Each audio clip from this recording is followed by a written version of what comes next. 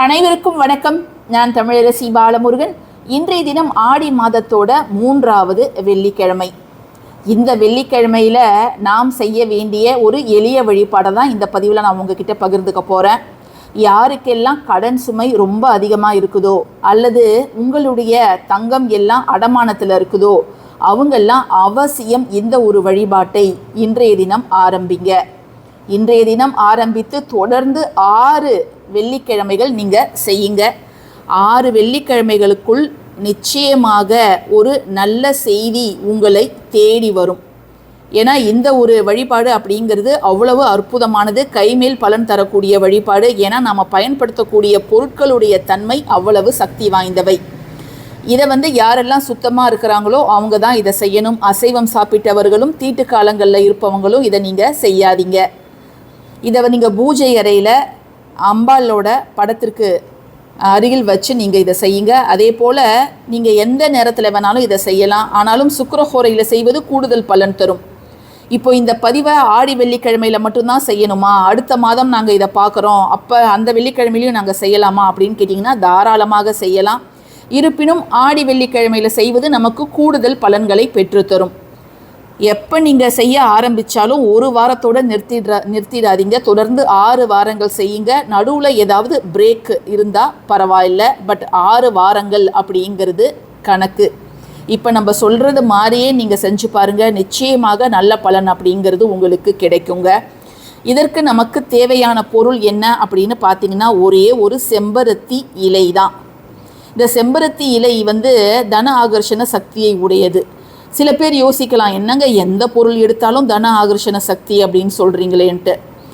வாசனை நிறைந்த பொருட்கள், அது மசாலா பொருட்களாக இருந்தாலும் சரி அல்லது பூக்களாக இருந்தாலும் சரி அல்லது இதை மாதிரி பூஜைக்கு உகந்த பச்சை கற்பூரம், தசாங்கம் அதே போன்ற பொருட்களாக இருந்தாலும் சரி, வாசனை எந்த இடத்துல இருக்குதோ அந்த இடத்துல நேர்மறை ஆற்றல்கள் இருக்கும். நேர்மறை ஆற்றல் இருக்கக்கூடிய இடத்துல லக்ஷ்மி தேவி வாசம் செய்வாள். ஸோ அதை ரெண்டுத்தையும் நம்ம பிரிக்கவே முடியாது. இந்த செம்பருத்தி பூ பார்த்திங்கன்னா ஒரு வீட்டுக்கு முன்னாடி இந்த ஒரு செடி இருந்துச்சுன்னு வச்சுக்கோங்களேன், அதில் சிவப்பு நிற செம்பருத்தி மலர்கள் அழகாக பூத்து குலுங்குச்சுன்னா அதை பார்ப்பதற்கே கண்கொள்ளா காட்சியாக இருக்கும். எவ்வளவு ஒரு கெட்ட எண்ணத்தோடு நம்ம வீட்டுக்குள்ளார யாராவது வந்தாலும் அந்த கெட்ட எண்ணங்கள்லாம் நம்மளை ஒன்றுமே பாதிக்காது. அதே போல் வாஸ்து தோஷங்களையும் அது நீக்கும். இந்த செம்பருத்தி பூவை சிகப்பு தங்கம் அப்படின்னு சொல்லுவாங்க. நம்முடைய உடல் ஆரோக்கியத்திற்கு ரொம்ப ரொம்ப நல்லது. இரத்தச்சோகை கம்மியாக இருக்கிறவங்க இந்த பூவை அப்படியே சாப்பிடலாம். அந்த இதழ்களை அப்படியே சாப்பிடுவாங்க. அதை மாதிரி கூந்தல் பராமரிப்புக்கும் இது ரொம்ப உகந்தது. அது மட்டும் கிடையாதுங்க, ஆன்மீகத்திலையும் இது நிறைய பங்கு வகிக்குது. பூவும் சரி இந்த இலையும் சரி. சரிங்களா? சரி, இந்த ஒரே ஒரு இலை இருந்தால் போதுமா? தாராளமாக போதும். எந்த ஒரு இலையையும் பூவையும் நீங்கள் சூரியன் மறைந்த பின்பு பறிக்காதீங்க. சூரியன் இருக்கும் பொழுதே பகல் நேரத்திலே இதை நீங்கள் பறிச்சிடுங்க. அது எல்லா செடி கொடிகளுக்கும் பொருந்தும். அதை மாதிரி பறிப்பதற்கு முன்பு சர்வதோஷம் நசி நசி அப்படிங்கிற மந்திரத்தை சொல்லிட்டு சிவபெருமானையும் ஒரு நிமிஷம் நினச்சிட்டு அதுக்கப்புறமா நீங்கள் இந்த ஒரு இலையை பறிக்கலாம். சிவப்பு நிற செம்பருத்தி செடியிலிருந்து தான் நீங்கள் பறிக்கணும். அதுவும் ஒற்றை இதழ் செம்பருத்தி இருக்குது பாருங்கள், சிவப்பு நிற ஒற்றை இதழ் செம்பருத்தி, அதிலிருந்து ஒரே ஒரு இலையை மட்டும் நீங்கள் பறிங்க. இந்த ஒரு வழிபாட்டை நீங்கள் பூஜை அறையில் செய்யும் பொழுது தீபம் ஏற்றணும். இப்போ சில பேர் வேலையை விட்டு 9 மணிக்கு தான் வருவாங்க. சரி, அவங்க இலையை பறித்து வைக்க சொல்லியிருப்பாங்க, நான் செய்கிறேன் அப்படின்ட்டு. ஸோ நீங்கள் செஞ்சிங்கன்னா கூட அந்த பூஜை அறையில் காமாட்சி அம்மன் விளக்கோ கஜலட்சுமி அம்மன் விளக்கோ ஏற்றி வச்சுட்டு அதுக்கப்புறம் நீங்கள் செய்யுங்க. சரி, இப்போ என்ன செய்யணும் அப்படிங்கிறத பார்த்துடலாம். இப்போது நம்ம ஒரு வெள்ளை பேப்பர் ஒன்று எடுத்துக்கோங்க. கோடு போட்டது வேணாம், வெள்ளை பேப்பர் எடுத்துக்கோங்க. 4 மூலைகளிலும் இதை மாதிரி மஞ்சள் குங்குமம் அப்படிங்கிறத வச்சிடுங்க. இதில் நீங்கள் என்ன எழுதணும் அப்படின்னு கேட்டிங்கன்னா ஒரு பேனாவால் ப்ளூ பேனோவோ ரெட் பென்னோவோ மேலே பிளாக் பென்னோ கூட எது வேணாலும் நீங்கள் எழுதலாங்க. உங்களுக்கு எவ்வளோ பணம் தேவைப்படுது, எவ்வளோ கடன் சுமை இருக்குதோ அந்த கடனை அடைப்பதற்கான பணம் எவ்வளோ தேவைப்படுதோ அந்த தொகையை இதில் எழுதுங்க. அது மாதிரி அடமானத்தில் எவ்வளோ நகைகள் இருக்குது, வெளியில் கொடுத்துருக்குறீங்க, அந்த எவ்வளோ நகைகள் இருக்குது அதோட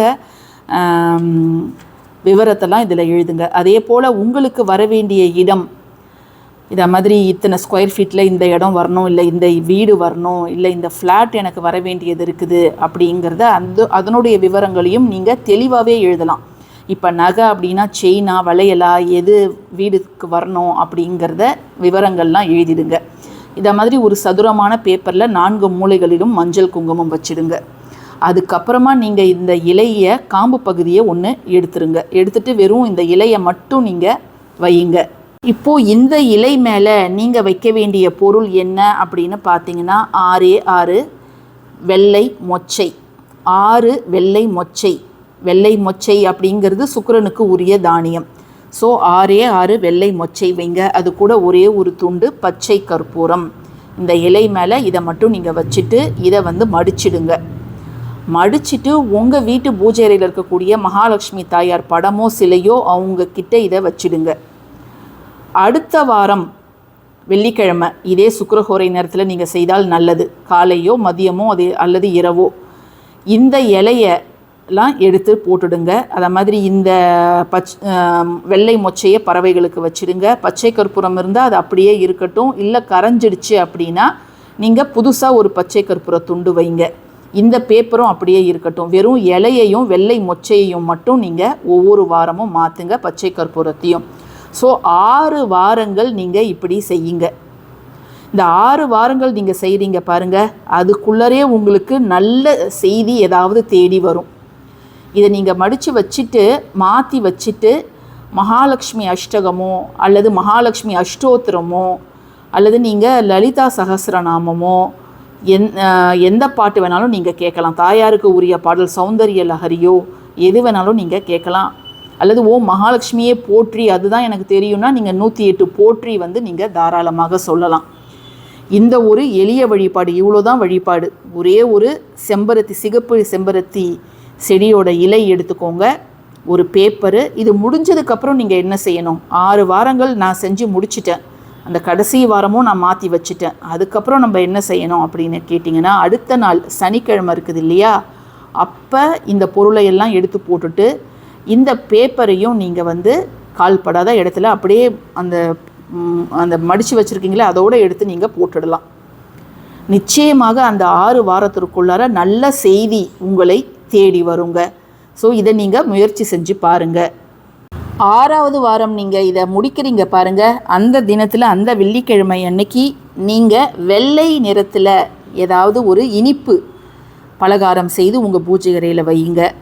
நீங்கள் பால் பாயாசமோ கற்கண்டு சாதமோ எது வேணாலும் நீங்கள் செய்யலாம். அதை செஞ்சு நீங்கள் தாயாருக்கு நைவேத்தியமாக வைத்து தாயாரையும் சுக்கிர பகவானையும் மனதார வேண்டிக்கோங்க.